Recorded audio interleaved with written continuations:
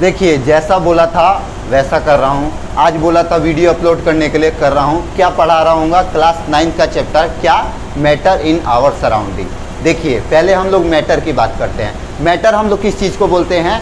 Matter which have mass and occupy space, जो क्या है? जिसके पास थोड़ा वजन हो, जिसके पास मास हो और ऑक्यूपाई क्या कर सके? स्पेस, हमारी थोड़ी सी जगह ले सके, उसे हम लोग क्या कहेंगे? मैटर कहेंगे। देखिए उसी में जब मैटर की बात आई तो यहाँ पे हमने लिखा है मैटर। तो मैटर किन कैटेगरी में बट गया है पहले हम लोग ये जानेंगे। Matter can be classified as solid. पहले हम इसे क्लासिफाइड किस चीज़ में करेंगे? सॉलिड में। उसके बाद सेकंड थिंग क्या है? लिक्विड। और थर्ड है क्या? Gas. On the basis of intermolecular forces.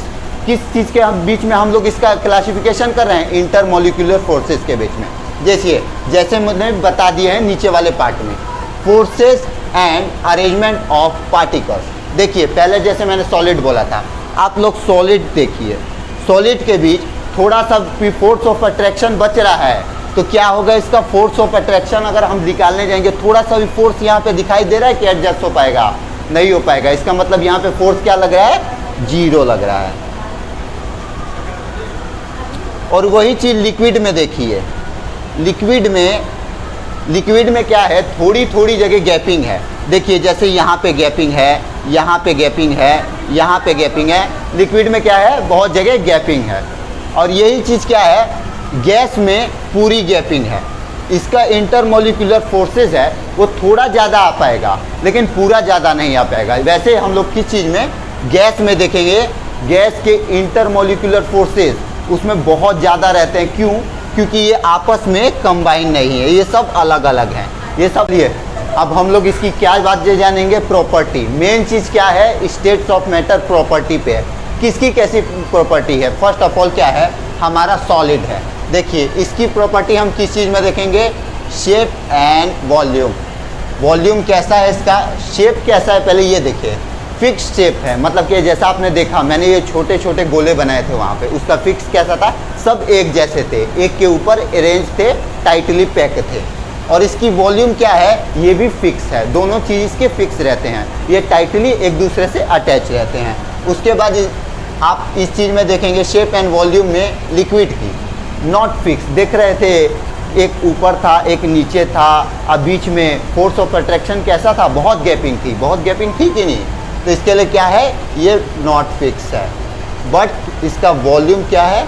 ये फिक्स है। ये चीज़ क्या है? इसकी फिक्स है। इसके वॉल्यूम देखिएगा सभी एक आकार के होंगे लेकिन इसमें फोर्स ऑफ अट्रैक्शन क्या होगा? थोड़ा सा कम होगा। और यही चीज़ गैस में है, neither definite shape and volume. इसका क्या है? कोई भी डिफिनिट शेप नहीं है और ना वॉल्यूम है। कभी छोटा रहेगा कभी बड़ा रहेगा, दोनों चीज़ एक के ऊपर एक अरेंज रहती है। लेकिन इसके पास क्या है? बहुत ज़्यादा रैंडम स्पेस है। ये कभी भी अपने पार्टिकल्स इसके घूमते रहते हैं।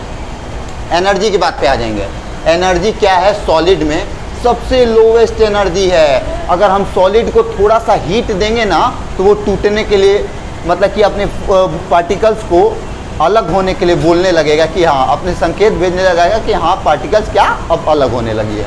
और यही क्या है? लिक्विड में मीडियम है। अगर हम लोग क्या करते हैं?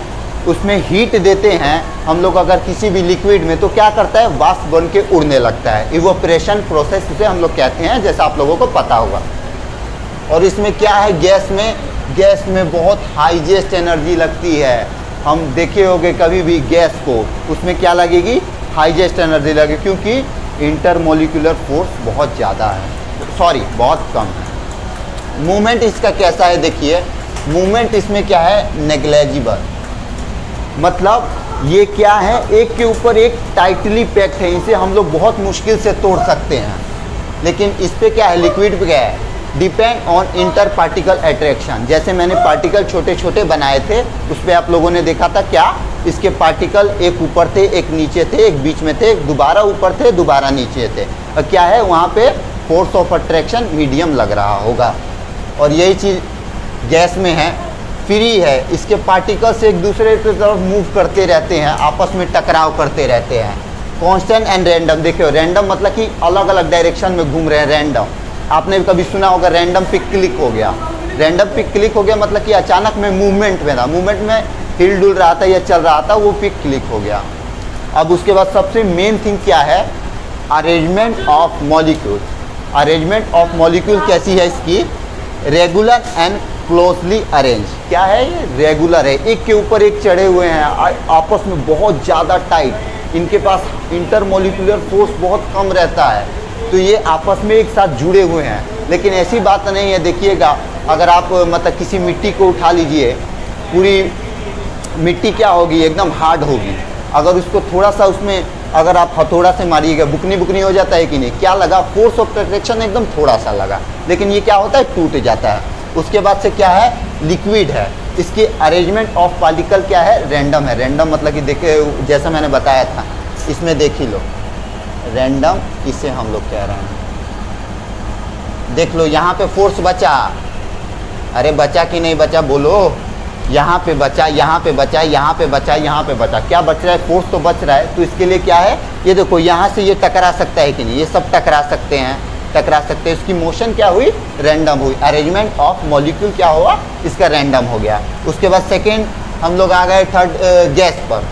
गैस का क्या है, गैस का भी रैंडम है, क्योंकि गैस में आप लोगों ने देखा था बहुत अलग अलग, बहुत दूरी दूरी पे रहते हैं। क्या है, इसके अरेंजमेंट ऑफ मॉलिक्यूल, एक मॉलिक्यूल यहाँ, एक मॉलिक्यूल 1 किलोमीटर दूर पर, ऐसा रहता है, ठीक ना, गैस में। और इसका क्या है, स्पार्कली अरेंजमेंट। स्पार्कली अरेंजमेंट मतलब कि एक दूसरे से बहुत अलग रहेंगे, छोटे छोटे पार्टिकल रहेंगे।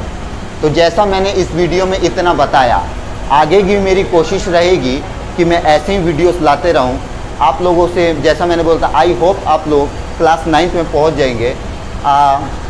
आपकी नई जर्नी है, तो आप लोग क्या कीजिए, नई जर्नी को एंजॉय करिए। जैसा मैंने बताया था, अभी बहुत लोगों के कमेंट आए उस पर कि फ्रेंड्स के लिए बोल रहे हैं। फ्रेंड्स भाई ऐसे भी बनाने हैं कि जिसे ऐसे नहीं कि दिन रात पढ़ाई करनी है, ऐसे नहीं बोल रहा हूँ। मतलब कि ये भी है कि अपनी पढ़ाई के साथ साथ कुछ रेगुलर एक्टिविटीज़ जो हम लोग करते हैं उसे भी करते रहना चाहिए। तो आप लोगों को इस वीडियो पे आज यहीं तक है, आगे मैं इस वीडियो को कंटिन्यू करता रहूँगा। तो all the very best, thank you, आज के लिए इतना ही।